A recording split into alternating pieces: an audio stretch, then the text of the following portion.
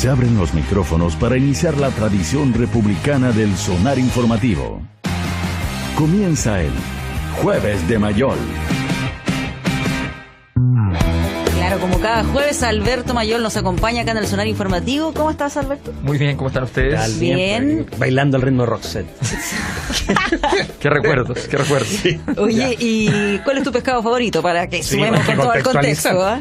No, así es que la verdad es que el sabor del congrio es una cosa. A mí me encanta la corvina, yo como siempre corvina, pero el congrio es el favorito. El congrio es maravilla. ¿Y tú vas a la feria? Sí, yo compro en la feria el pescado. Sí. Y ahí conviene absolutamente. O sea, igual significa un cierto esfuerzo, porque objetivamente el pescado no es barato, pero en rigor también tiene un poco de absurdo que no... O sea, es absurdo el precio, pero también es absurdo que muchas veces estemos dispuestos a gastar en muchas otras cosas y no en comer pescado. Entonces, nosotros comemos harto. Oye, aprovechando de hablar de cosas absurdas, ¿qué te parece el tema del Tribunal Constitucional, el lucro y todo lo que ha ocurrido durante esta semana? Bueno, yo creo que hay un tema que es el tema sustantivo, que tiene que ver con el hecho de si era pertinente o no era pertinente. Hay una discusión que es bien ridícula, que es la discusión de si tiene o no tiene relevancia.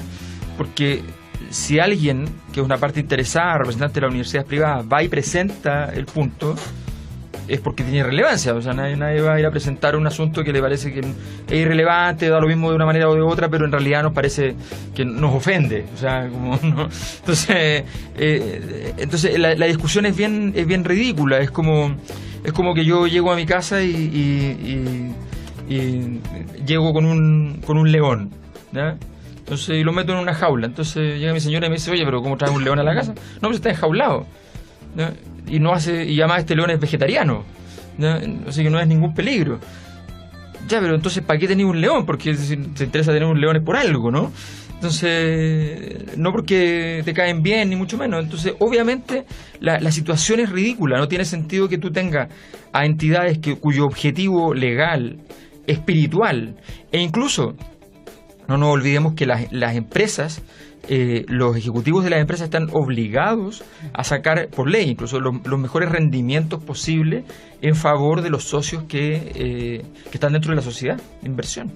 Entonces es ridículo que tú tengas adentro de una entidad con fines de lucro. Más allá de ese absurdo, de esa discusión que se da donde está lleno de personas que son capaces de decir, bueno, esto en realidad no tiene ninguna relevancia, no tiene ninguna base operacional, más allá de eso, yo creo que el efecto político era inesperado para el gobierno. O sea, esto, para decirlo en simple, el ministro Varela dejó de ser útil para Sebastián Piñera en 2 semanas por culpa de esto. O sea, hoy día ya Varela es un problema y no ha hecho nada malo. O sea, pero ¿qué de dices hecho, no ha hecho nada. No ha hecho nada. Bueno, de hecho, el que hemos visto dando muchas entrevistas es a Raúl Figueroa, exacto, el subsecretario de Educación. Exacto. No así el ministro, que por ahí dio un punto de prensa, pero muy específico. Claro, lo ha tirado al frente para pegar al ministro. Lo que pasa es que claro, porque si el tema que se instala por delante es vuelve el tema del lucro, ¿ya? La figura de Varela, que fue un enfático defensor del lucro, es una figura completamente inapropiada. Entonces lo deja sin juego, tiene un ministro que no tiene capacidad de acción, no sirve ni siquiera como fusible, porque no es que él haya cometido un error y entonces tenga que salir por el error, tendría que si lo tiene que sacar por nada, y descompone las posibilidades políticas del ministerio. El ministerio queda bien atado de mano, se le complica la semana de nada. O sea, Piñera venía con un viento favorable, formidable, sencillo, un gobierno que gracias a los errores de Michelle Bachelet, en fin, se le había abierto. Pero aquí está lleno de temas. Por ejemplo, ayer hubo casos de violencia policial, que los hay siempre en las manifestaciones. Pero ¿cuánto cotiza en bolsa, si queremos seguir con la mirada en esta lógica? ¿Cuánto cotiza en bolsa hoy día un carabinero versus 5 años atrás, 7 años atrás, cuando era la institución más querida del país? Entonces, cuando un carabinero hoy día le pega un palo a un estudiante, ¿ya?, no es lo mismo que hace 7 años. Entonces tiene menos crédito. Tiene menos crédito. Claro, sí. ¿Ya? Entonces, el problema para Piñera es que la escena, en general, se le complica, se le enrarece por todos lados, a nivel de ministerio, a nivel de lo que vaya pasando en la calle. La condición de maniobrabilidad es mínima, y al frente empieza a levantar el margen para la movilización social rápidamente. ¿Y la oposición ahí, tú consideras que logra sacar provecho de esto? O sea, lo digo porque lo que pasó en el Tribunal Constitucional, al fin y al cabo, no fue por un requerimiento de alguien de Chile Vamos, fue por alguien del PPD, además exintegrante de los gobiernos de Lagos y Michelle Bachelet. Pero finalmente el resultado, ¿tú sientes que la oposición lo puede sacar cierto provecho de aquí? No, lo más probable es que sigamos con una dinámica que ha sido una dinámica de las últimas décadas en Chile, donde todo lo que se pierde y no hay mucho que se transforme en algo positivo para alguien. O sea, lo que vemos aquí cuando empiezan los momentos de caída de legitimidad de un gobierno, normalmente la oposición también cae. Por ejemplo, aquí el Frente Amplio ha salido con cierto énfasis a criticar, pero hay un pequeño detalle que se sabe que esto no puede llegar demasiado lejos, porque resulta que en ese punto los diputados del Frente Amplio no votaron a favor de ese articulado, votaron en contra. Entonces claro. Entonces tú estás defendiendo así, ¿cómo es posible que el Tribunal Constitucional? Pero votaron en contra. Entonces tienes poco margen, porque allí está que tiene mucho que ver que a veces ese punto no te satisface, tomas la decisión de no aprobarlo, pero te quedas sin segunda jugada. Entonces ese tipo de situación complica. Por eso es tan importante de repente en política, sobre todo para aquellos que están partiendo, es lograr tener una mirada de largo plazo, porque los costos para los que están creciendo siempre son mayores que para los que ya existen. Los que ya existen y están institucionalizados, les pasa de todo y más o menos aguantan el chaparrón. Entonces, en general yo creo que nadie saca demasiado partido de esta situación. A lo más hay una oportunidad para la rearticulación de los movimientos sociales, cosa que también es difícil, ¿no? Los movimientos que no ganan tienden a fracturarse. Hay un periodo de pausa, de trauma. Y hay un periodo de pausa, hay un periodo que tiene que ver con la eclosión de energía en un momento que naturalmente después no se puede reeditar de inmediato, pero hay un tercer factor, y es que cuando se pierde, se pierde el carácter unitario, cuando los intereses, para decirlo así, de los estudiantes de la Universidad del Mar y los intereses de los estudiantes de la Universidad Católica divergen radicalmente, en ese instante es muy difícil volver a decirle: oigan, vengan y vamos a todos defendernos entre todos. Entonces, y eso cuidarlo es muy difícil, y eso fue algo que además no se cuidó con la prolijidad necesaria a nivel de la gestión del movimiento después del 2011. Entonces, objetivamente yo creo que hay poca articulación como para hacer algo desde quienes están en contra, pero el gobierno va perdiendo piso rápidamente y revela la fragilidad. O sea, de verdad, esto en 3 días cambió completamente de clima. Sumado tal vez a lo que pasó con el protocolo del tema de la interrupción del embarazo en 3 causales, esta modificación que hace a la normativa el actual Ministerio de Salud. De hecho, ahí vimos por primera vez a los ex ministros de la presidenta Bachelet. Es que exacto, porque ahí es donde además el gobierno, ¿qué sentido tenía, lo decimos hoy día, a pocas semanas, haber comenzado con esta idea de la democracia de los acuerdos, cuando tú vas a estar todo el rato hostigando, cuando la vocera va a salir diciendo en una entrevista que tengan claro que son los que gobiernan y que no... Porque, perdón, pero hagamos el ejercicio inverso hace un par de meses y de ahí para atrás todo el tiempo. A ver, si alguna vez la concertación y la nueva mayoría en el marco de la democracia de los acuerdos hubiese tenido conciencia de quiénes son los que gobernaban, ¿no? La verdad es que la derecha lo habría pasado súper mal. Sí. Pero ellos nunca tuvieron mucha conciencia de que eran los que gobernaban, y a cada rato agarraban el teléfono y llamaban para otro lado para saber cómo llegaban a esto, con un acuerdo que normalmente además favorecía radicalmente la visión de la derecha. Entonces, si no hay un gesto en contrario, no se puede construir esa democracia de los acuerdos que Piñera sostiene. Y está bien, puede haber sido un discurso político solamente, pero tú no lo puedes desestimar a 2 semanas. O sea, no, eso no tiene sentido. Porque además se acabó en el fondo el tema de la Haya, que recién vamos a volver a hablar de esto a fin de año, que era como el tema que anestesiaba un poco Sí. los conflictos, en el sentido que es como el tema país. Y el Exacto. único tema, comentamos ayer que quizás el tema de la Haya y el tema del Sename son como los únicos dos temas en que casi hay un acuerdo Sí. general, como que no hay mucho debate interno. Y ahora se acaba la Haya y volvemos a la cancha interna. Claro, el problema ahí es que fíjate que nuevamente la mirada, no olvidemos que Sebastián Piñera es un tipo tácticamente probablemente el mejor actor en lo táctico, o sea, un tipo prácticamente insuperable en eso. Pero no es así en lo estratégico. La mirada un poquito más grande, se le empieza a perder normalmente. Él, por ejemplo, cuando vino el movimiento estudiantil, dejó hasta fines de agosto, o sea, tuvo que literalmente morir un estudiante para dijo, no, que el Congreso se haga cargo de este tema. Y recién lo llevó a principios de septiembre. Entonces, al gobierno. Se hizo cargo recién. Y se hizo cargo saltándose el ministro, o sea, es desprolijo en esas cosas. Pues bien, ahora efectivamente hace falta una mirada más estratégica, porque el gobierno está no tiene un proyecto de largo plazo que uno diga, esto va en tal o cual dirección.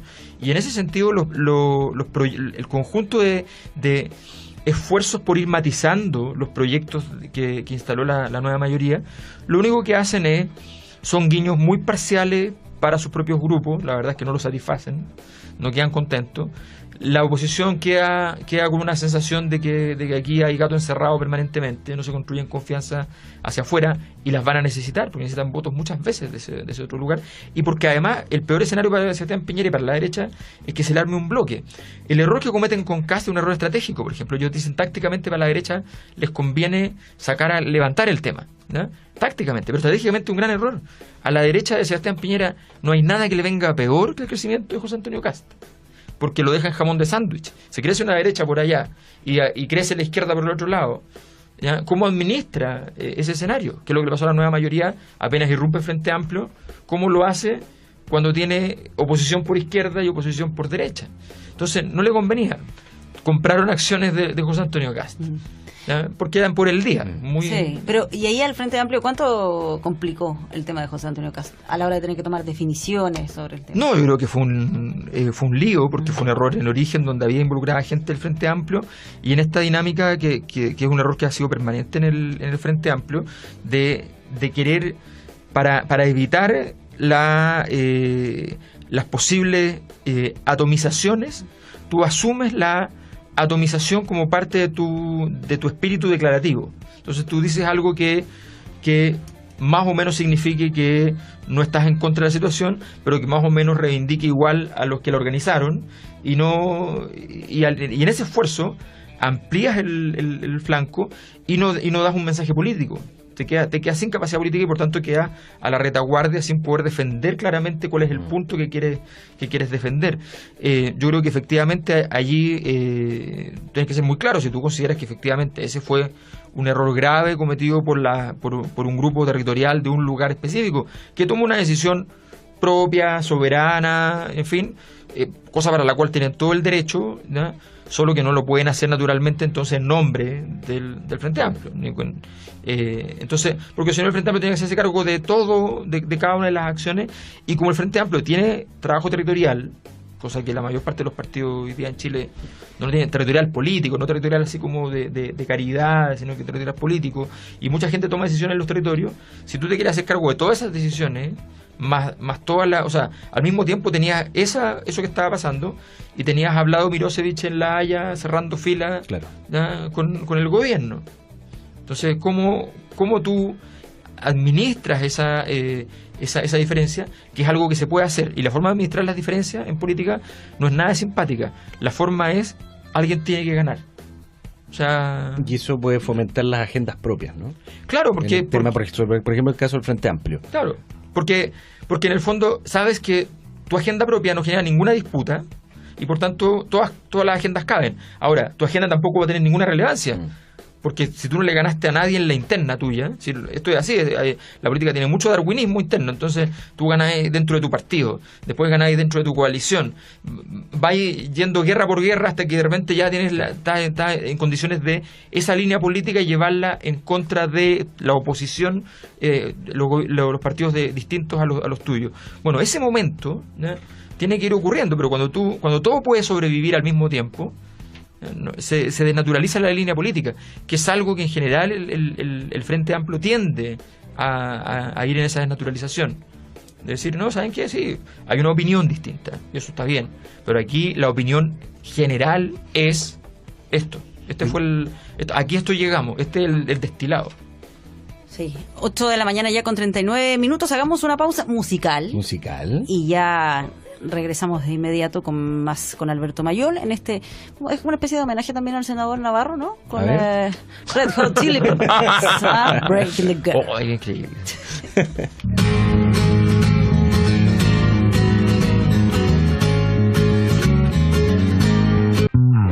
Seguimos con el jueves de Mayol, son las 8 de la mañana con 44 minutos y estábamos analizando qué es lo que ha pasado en estos días en materia política y ha surgido un nuevo concepto. A falta de retroexcavadora, ahora se ha utilizado la motosierra administrativa, ¿eh? Lo dijo así Álvaro Elizalde, se lo escuché también allá en la Proboste. Sí, es otro tipo de maquinaria. Hay que decir que Jaime Quintana tenía más capacidades literarias.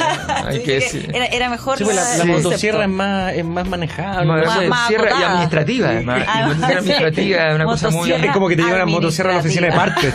Como a destruirle el escritorio, papeles. Piso 4. No, la retroexcavadora era. O sea, de hecho, yo al día siguiente me acuerdo de la retroexcavadora. Estaba pasando el intercambio de la micro al metro, ¿no? y estaba difícil, porque a esa hora estaba difícil. Entonces iba al lado un señor y el señor me mira así y me dice: qué buena lo de la retroexcavadora, me dijo.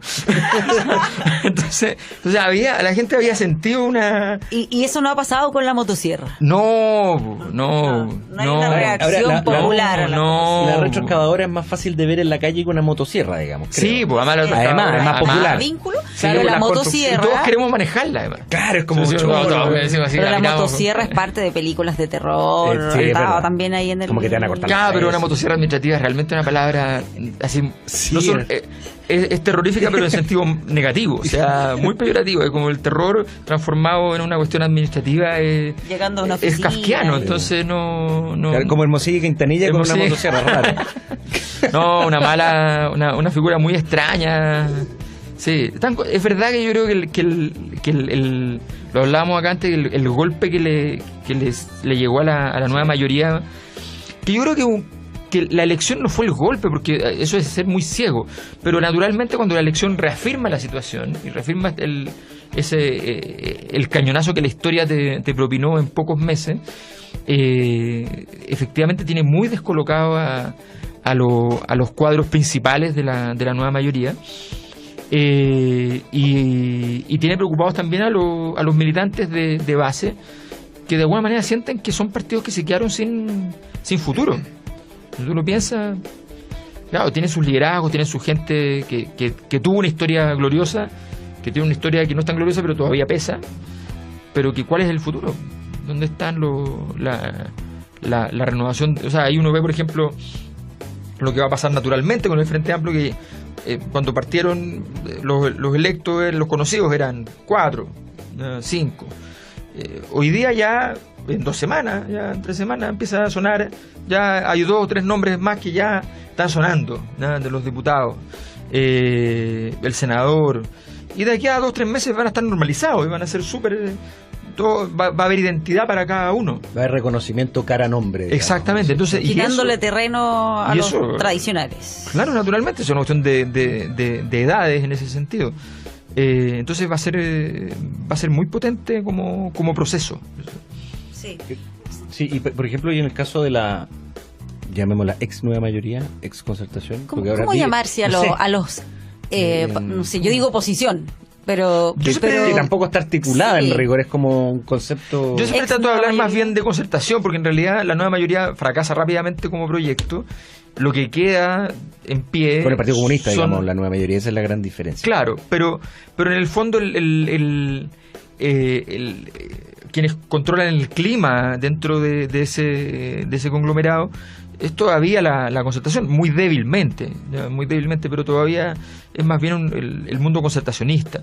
De ahí vienen los procesos de reforma, que siempre producen mucha confusión. Hay una frase muy buena de un filósofo que dice que Herzen, un ruso del siglo XIX, dice que cuando hay un proceso de transformación, cuando la típica tesis de que cuando hay una época que nace y otra época que muere, lo que él dice es que la sociedad siempre está esperando la aparición de un heredero, de alguien que de alguna manera llegue y diga el hijo de la época que logra dotar de un orden.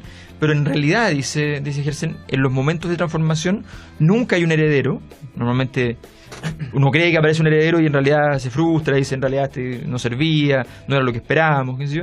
Lo único que hay, dice, es una viuda embarazada, ¿ya? O sea, es como que la historia es una mujer viuda.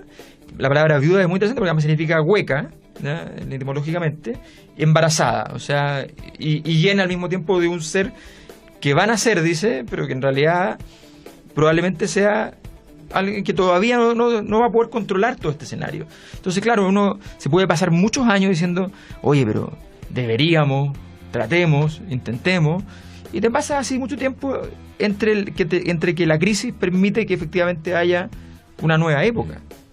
En el caso, por ejemplo, partidos que uno dice, ¿dónde se instalan? En el caso, a propósito de lo que pasó esta semana con el caso de Pilar Armanel, el tema del PPD, por ejemplo. Sí, pues. Que un partido que, recuerda la historia, que un partido que nació justamente en la dictadura para el plebiscito, un partido llamado entre comillas instrumental, ¿no es cierto?, etcétera, para aglutinar ciertas fuerzas en ese momento que, en la época que todavía el Partido Socialista estaba disgregado también. Pero hoy día, ¿tiene razón de ser? ¿Cuándo dejó de tener razón de ser el PPD como un partido de verdad que tuviera una, por ejemplo, base, fuerzas bases, porque ideológicamente... Claro, lo que pasa es que el PPD, ojo, que el PPD, claro, nunca tuvo un cuerpo doctrinario muy sólido, pero hay que reconocer que siempre que tuvo esta capacidad instrumental y éxito electoral importante, y al mismo tiempo siempre tuvo una cosa que es importante, que tuvo en su militancia interna, tuvo mucha mística. O sea, que eran muchas veces los grupos que habían perdido el control del poder del PPD, pero que aún así creían en el proyecto, en la idea, en el origen del PPD, que tiene mucha mística en su origen. Era un partido más progresista que el PS, por ejemplo, en su momento. Exacto, entonces los tipos habían configurado una cierta identidad. El PPD entra en crisis cuando siente que efectivamente toda esa mística de base que es fundamental para sustentar el funcionamiento de los partidos, más allá de los líderes y de los administradores, que no son necesariamente líderes, es cuando se pierde esa mística de base. Y eso les ocurre, yo creo que desde la municipal, con lo que pasó con la decisión de Lagos Weber respecto a DJ Méndez. De ahí para adelante empieza como a corroerse la sensación de que para dónde estamos yendo. Y hay un efecto, ellos sienten en el PPD un efecto de reemplazo muy fuerte del PPD respecto a RD. Como que RD les come ese espacio, ¿ya? Que también tiene un sentido de partido instrumental, pues, sí. Que también funciona como partido instrumental para efecto del Frente Amplio. Necesito aplicar la motosierra. A ver, radial. No, motosierra radial. Pero vamos con una música que acompañe esta motosierra. Momento de los deportes en Sonar Informativo con Ignacio Pérez Tuesta. Ahí está. Motosierra para cortar la conversación política. O cortadora de pasto, podríamos decir. Hay que ver más chiquitito. Tienes razón. Sí. Para cortar la conversación política, pero seguimos con Alberto Mayor, ahora para hablar de deportes. ¿Qué tal? Hoy, ¿cómo están, chiquillos? ¿Qué tal? Bien. Ignacio Pérez Tuesta, quien nos trae tema de deportes. ¿Qué tal, Ignacio? Adelante. Bien. ¿Qué tal? Voy a cambiar la voz. Hola, ¿qué hubo? ¿Cómo les va? Oye, hablamos así a la pasadita hace un rato que se cumplen 20 años hoy, exactamente, del triunfo de Marcelo Ríos. Recordar en Miami, ante Andrea Agassi, lo que le significó a Marcelo Ríos llegar al número 1 del mundo, que ha sido el único tenista chileno en lograr aquello, desde que existe obviamente el ranking de la ATP. En lo personal, Marcelo Ríos tipo que da mucha lata hablar hoy día por sus últimos acontecimientos, que me parece que es un... De hecho, no pudo hacer el homenaje porque él mismo él se boicoteó su homenaje. Se boicoteó un homenaje que incluso que tenía apoyo del gobierno.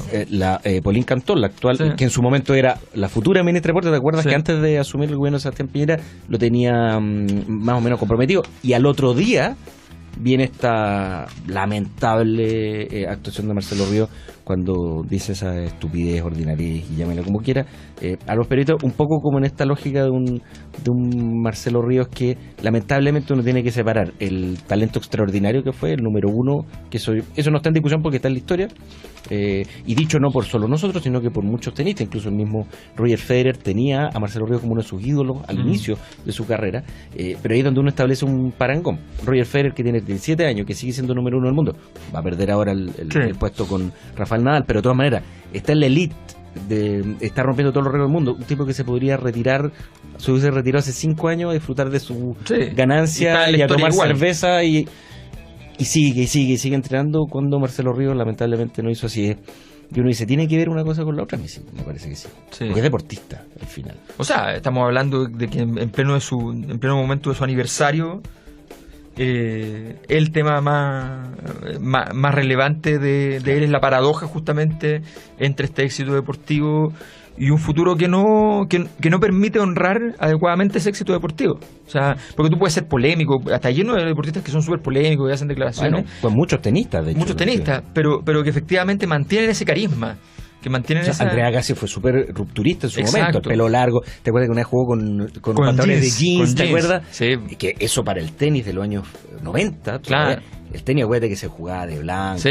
Por eso decía el deporte blanco, el deporte como que la gente en los courts no hablaba, con silencio, todo que es algo muy bonito del tenis, respeto entre los tenistas, todo muy de deporte, del néctar de lo que tiene que ser el deporte. Y Agassi, bueno, antes lo hicieron otros, Jimmy Connors, etc. No, y hay toda esta cultura de sobriedad que también, no sé, Boris Becker la rompía, por ejemplo, porque se tiraba muchas veces al pasto sin que fuera necesario. O sea, haciendo la jugada bonita. Pero... Oye, en todo caso, según lo que dice la tercera, que habría conversado con el Chino Ríos, y lo que ha planteado es que este encuentro que iba a tener con Andrea Agassi, que era parte del homenaje, dice el Chino Ríos que esa exhibición no se ha suspendido, sino que se corre la fecha, que si no fue ahora en marzo es porque Agassi no podía y está ocupado estos meses, por lo tanto podría recién en noviembre, así que la exhibición será en noviembre, dice Chino Ríos. Cuando en una quizás pase un poquito más está muy caliente todavía. Hay que ver si el gobierno entra al tema, porque a veces para los gobiernos tener apoyos tan explícitos es también un problema. O sea, cuando el deportista está completamente asociado a, y no es una cosa matizada, elegante, tampoco le sirve. O sea, no, porque es muy obvio que lo está ayudando porque es cercano y no porque tiene el mérito propio, que lo tiene, indudablemente. O sea, de eso no cabe ninguna duda. Eso nadie se lo puede sacar. Marcelo Ríos estuvo 6 semanas en el número 1 del mundo. 6 semanas. La primera semana fue justamente a partir del 30 de marzo del año 1988 hasta el 26 de abril del mismo año. Estuvo ahí 4 semanas. Luego pasa Pete Sampras, a quien Marcelo Ríos había reemplazado. Pete Sampras, cuando Marcelo Ríos lo... llevaba 233 semanas, no consecutivas, pero 233 semanas en el número 1 del mundo, acumuladas. Marcelo Ríos estuvo después en número 1 Pete Sampras, y nuevamente Marcelo Ríos 2 semanas como número 1 del mundo, y completa las 6, y después ya Marcelo Ríos no vuelve nunca más. Así que en total 4 seguidas, pausa. Además que ahí se lesiona en Argentina. Claro, y de hecho ahí empieza una consecución de lesión en la espalda. Marcelo Ríos sufre mucho, que además recordé que Marcelo Ríos, si uno ve los tenistas de ahora, que son mucho más atletas que en los 90, en general todos los deportistas, pero si uno lo ve, Marcelo Ríos no tenía estatura de tenista, tenía cuerpo de tenista. Si uno lo analiza, lo que pasa es que el talento que tenía suplía todo eso. Ahora uno dice, si tenía un físico un poquitito mejor, y claro, quizás podrían mantener una regularidad en el tiempo. Con los tenistas pasa mucho eso, que pueden jugar muy bien, pero si no tienen una base muscular suficiente, las lesiones empiezan, las lesiones a la espalda. Acuérdate de Gabriel Silverstein, que tenía el mismo nivel de Marcelo Ríos prácticamente a nivel juvenil, y que se retira tempranamente con una lesión en la espalda. Oye, ¿Chino Ríos viaja a Argentina acompañando al equipo Copa Davis? De acuerdo a la información de hace un par de días, no viaja a San Juan para distender el ambiente. Pensé que a lo mejor iba a estar en los puntos de prensa a cargo de las comunicaciones, ¿no? Claro. El vocero. No, pregunto. Claro, Siempre con respeto. Para ir a comer con el equipo argentino. ¿Te acuerdas cuando dijo que cuando fue a Buenos Aires justamente en una Copa Davis? Sí. Y que dijo que Guillermo Vilas no había sido número 1 del mundo. No, sí. Y se lo dijo a los argentinos. A los argentinos, no sé. En Argentina. Marcelo Ríos. En fin. Oiga, y este fin de semana también tenemos fútbol, porque viene después de los partidos de la selección. ¿Qué le pareció los partidos de la selección, Alberto? Me pareció bueno, me pareció interesante. ¿Sí? Bueno, sobre todo el de Suecia, naturalmente el otro fue un mal partido en general, un partido muy trabado. Pero me pareció un buen experimento. Yo creo que va a funcionar. Además que tiene esta cosa, Rueda, que a este tipo de equipos chilenos le acomoda que esto de circulación, de tener mucho la pelota. Sí, un poquito más intenso el primer partido, apretando más. Sí, apretando bastante. Yo creo que en ese sentido se vislumbra bien el trabajo, un trabajo serio. Y bueno, interesante ahí la frase de Vidal. Así como dijo como 64 veces, bueno, Claudio no está, o sea y si vuelve tiene la puerta abierta y aquí hablaremos. Claro, aquí hablaremos, pero bueno, pero si uno no está, bueno, no está. Llevo términos políticos, Vidal es el gran ganador en este caso del gran ganador. ¿Sabes por qué? Porque además Vidal tiene un rasgo muy político, de gran político, que Vidal hace apuestas muy arriesgadas. O sea, saca el sábado la entrevista de su mamá en el Mercurio. Que esa cuestión, si tú jugáis mal el partido, se va todo al carajo. Te mata, te provoca lo contrario. Sí. Entonces el tipo dice, no, yo voy a ponerme el equipo al hombro, ¿ya? Toma la decisión de ponerse el equipo al hombro, logra hacerlo, hace un golazo, el equipo gana, ¿ya? Pum, se lleva todo el premio completo. ¿Ya? Entonces, esa seguridad que es muy inusual en los futbolistas chilenos, además. Bueno, es un sello de esta generación. Gary Medel tiene ese, pero exacto. Vidal tiene un... Pero por ejemplo ahora Alexis anda perdido en el mundo, ¿ya? Y tomó una decisión, la decisión del Alexis tiene agenda propia, digamos. pero Alexis sería como la nueva mayoría. Pero Alexis es concentrado y todo, pero resulta que ahora pasa muchas veces, pero además él tomó una decisión que a mí me pareció, alguna vez creo que lo conversamos acá, que la decisión del Manchester no era del todo obvia en términos futbolísticos, una gran decisión en términos económicos, de figuración y qué sé yo, pero no era necesariamente una decisión muy clara, porque el fútbol de Mourinho no necesariamente es el fútbol para Alexis, por una serie de razones, porque Inglaterra no necesariamente es el lugar para Alexis, ¿ya? O sea, está lleno de razones. Bueno, pero él toma la decisión y de repente está perdido en el mundo y dijo, yo me voy a poner el equipo al hombro, se puso a jugar de 8,5, ¿ya? Y no pudo hacer mucho, se pasaba a 4, pero quedaba a 30 metros del arco. Entonces no se le enreda, el técnico lo critica veladamente y se le enreda el escenario. En cambio Vidal sale jugando increíblemente. Yo no puedo tener más diferencias estéticas y morales con Arturo Vidal. Sobre todo estéticas, yo creo. Estéticas son gigantescas, sí. No te imagino no. Entonces, pero de verdad me impresiona su seguridad. De hecho, a mí la primera vez que me llamó la atención viéndolo jugar una sub-17, una cosa así, fue así como no vi una jugada, lo vi así chocando con un uruguayo. Y dije, ¿quién es ese gallo? O sea, como... No es de acá. No, impresionante. Oye, que nos quedan unos minutitos. ¿Nos puede recordar lo que se viene para el... Fecha que comienza hoy, la 7ª fecha del torneo nacional, Audax Italiano con la U, en la nueva carpeta sintética del Bicentenario de la Florida, a las 6 de la tarde el viernes, es decir, mañana. El sábado, Colo-Colo con la Católica. 12:30. A las 12:30 de este un subclásico. Sábado, un subclásico. No hay para qué categorizar.